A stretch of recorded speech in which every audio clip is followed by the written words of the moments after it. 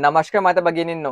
तर माझी लाडकी बहीण या योजनेअंतर्गत आज 8 मार्चला तर ₹1500 खात्यामध्ये येणार का? ₹1500 महिलांना पाठवले जाणार का? तर याची माहिती आपण या व्हिडिओमध्ये पाहणार आहोत. तर यासाठी तुम्ही हा व्हिडिओ शेवटपर्यंत पाहायचा आणि चॅनलवर नवीन असेल चॅनलला सबस्क्राईब करायला विसरू नका.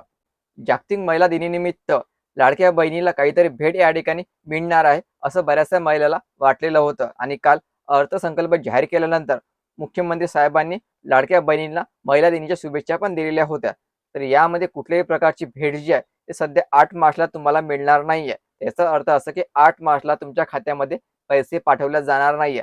फक्त महिलांसाठी पूर्ण 12 महिन्याची सुविधा या ठिकाणी उपलब्ध करून देण्यात आलेली आहे. याचा अर्थ असा की लाडक्या बहिणीचे वितरण जे आहे ते कंटिन्यू 12 महिन्यासाठी सुरूच राहणार आहे. तर यासाठी आर्थिक नियोजन पण करण्यात आलेलं आहे. जवळपास 21,000 कोटी जे आहे हे तुमच्यासाठी नियोजित करण्यात आलेले आहे.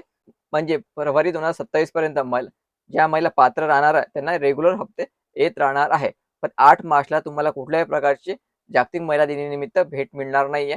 एवढं लक्षात ठेवायचं म्हणजे तुमच्या खात्यामध्ये पैसे येणार नाहीये. अगोदर बऱ्याचशा बातम्या येत होत्या की 8 मार्चला महिलांच्या खात्यामध्ये पैसे पाठवले जाणार आहे.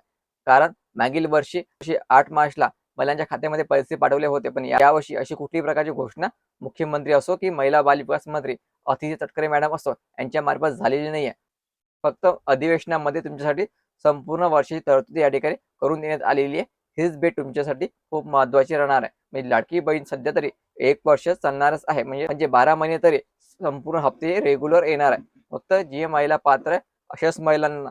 तर ज्या महिलांची के-वाय-सी राहिलेली असेल त्यांनी 31 मार्चपर्यंत आपली ई-के-वाय-सी करून घ्यायची. 31 मार्च ही शेवटची संधी असणार आहे. जर तुम्ही 31 मार्चपर्यंत आपली ई-के-वाय-सी केली नसेल तर तुम्हाला पुन्हा ई-के-वाय-सी करता येणार नाही आणि तुम्हाला आता हप्ते पण येणार नाहीये. म्हणून 31 मार्चच्या अगोदर आपली ई-के-वाय-सी या ठिकाणी पूर्ण करून घ्यायची.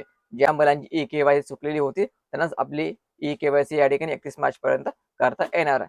तर फरवरी हप्त्याबाबत आणखी काही अपडेट आली की त्या व्हिडिओवर मी तुमच्यापर्यंत नक्की पोहोचेल. त्यासाठी आताच सबस्क्राईब करून ठेवा. तर व्हिडिओ महत्त्वाचा जास्तीत जास्त शेअर करा. धन्यवाद.